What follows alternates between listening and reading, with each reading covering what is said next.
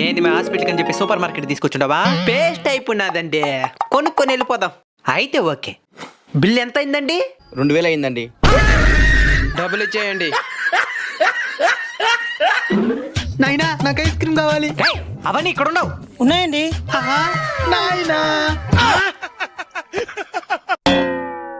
దగ్గరలో సంక్రాంతి వస్తున్నది, అలంకరించుకునే దానికి ఆర్నమెంట్స్ ఏమిలే. అవంతా ఇక్కడ అమ్మరు. ఉన్నాయండి. ఎవండి? నాయనా నాకు బొమ్మలు కావాలి. ఇదేమన్నా బొమ్మ చేప? బొమ్మలు ఉండే దానికే. ఉన్నాయండి. నాయనా